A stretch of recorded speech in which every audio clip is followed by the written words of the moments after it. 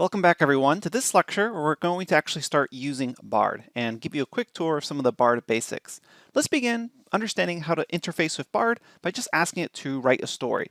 And we'll show you a tour of how to activate plugins as well as how to manage your chat history. Alright, once you've logged in to your Google account or your Gmail or you just logged in via your Chrome browser, you should go to bard.google.com in order to access Bard itself. Here's our main interface. On the left-hand side, later on, we're going to see historical conversations and chats.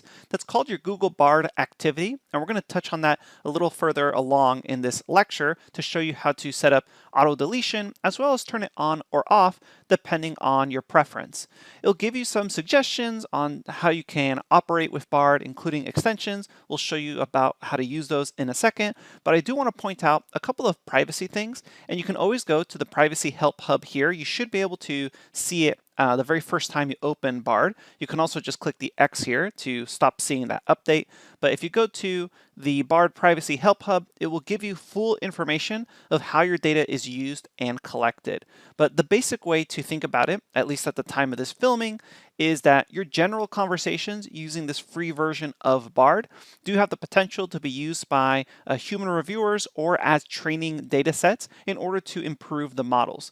But I want to be clear because later on we'll be using extensions that can read files from your Google Drive or your Google Gmail accounts. Now, Google Drive and Google Gmail, they have their own privacy agreements that are set up when you actually create those accounts. So if you click on how it works here, you'll notice that they're actually pretty specific. When you're using content from your Google Workspace, something like, hey, Bard, read my email and ask it questions about it, or try to find the Word document inside my drive that pertains to so-and-so, it's not going to use that or review it to improve Bard. And again, that's because Gmail and Drive have their own privacy agreements, and they're not going to be able to use that, at least at the time of this filming, for privacy issues to train Bard or have it for human review. If you want, again, the full details though, the entire privacy contract, definitely take a look at the Bard privacy notice. You can also just Google Bard privacy notice. So a quick note on that privacy standpoint. Now, another quick note on this history of chat. You'll notice that as soon as you enter a prompt, I'm going to dismiss this warning there. You have the ability to upload an image. We will talk about that later. You have the ability to prompt. You can also then use the microphone here to actually speak your prompt. But what I'm going to do is just say, write me a story about a puppy. I'll hit enter, and then it's going to take a little bit of time to send out that request to the Gemini model that lies underneath this, and then it's going to ask it to write me a story about a puppy. You will notice that it's kind of streaming this. That's what we call it when the text comes not all at once, but bit by bit. And now we have a chat here that I can then revisit. So then if I asked for a new chat, that's going to start a new thread. Again, it'll give us the warning about conversations. And now I can say something like, write a story about a cat. Okay, so I see write a story about a cat, and I should start seeing text streaming in just a second. I can click skip response at any moment, and it's basically going to cut off the response right then and there. I should point out, Bard is pretty quick, so the streaming comes in at a good enough speed where if you skip the response, you're still going to get a good amount of the actual text tokens that's streamed in. If you want to change that behavior and you would rather have just all the text show up at once, you can come over here to settings. That's over here on the top right hand side, the little gear icon, and you can say respond once complete.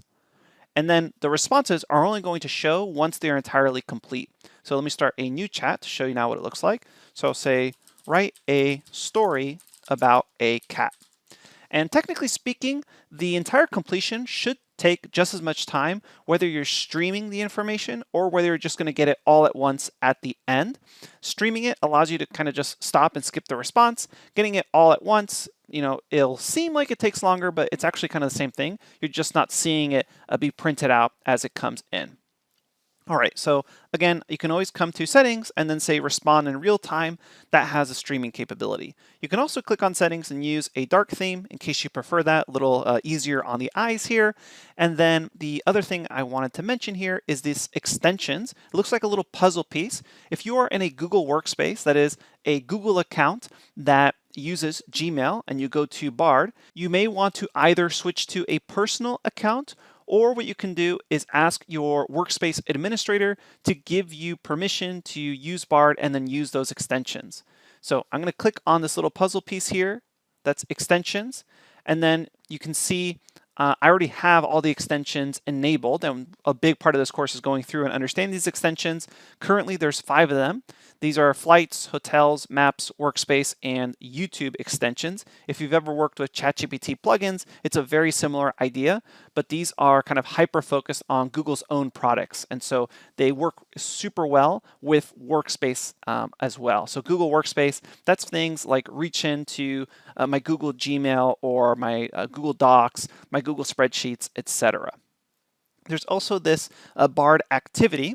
So Bard activity is actually going to allow you to manage this historical activity. And remember, these are all chats that are kind of historically registered for you. So you can always click on any of them and you could continue the conversation.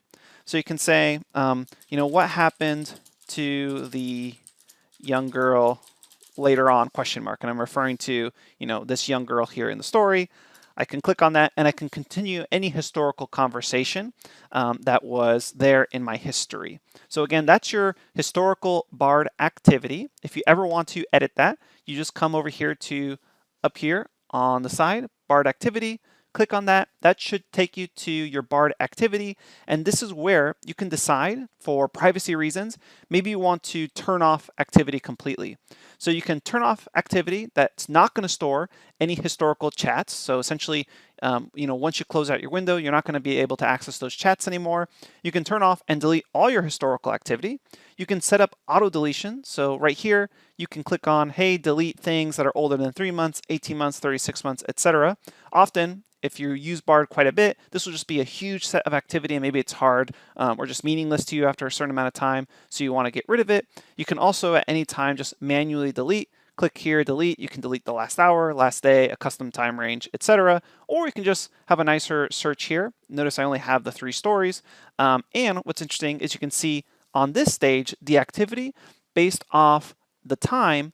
So here's today, here's the time, and I can ask it details so I can see what the response was as well.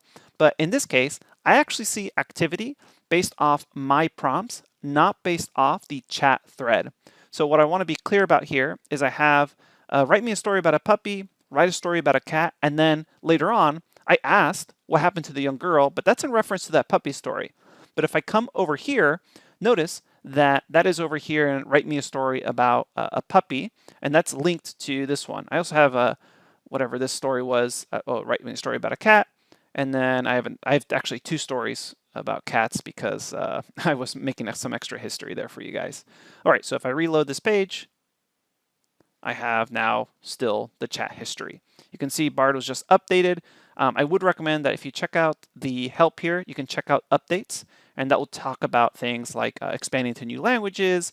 You can export, so later on we'll learn about coding with Bard. And there's lots and lots of useful, really cool things here. So always check out the updates as well. So that is the very basics of understanding Bard, understanding the settings. You can always also just do a Google search and explore more. But that's it for this lecture. And in the next one, we'll talk a little about prompt engineering and formatting in some detail. We'll see you there.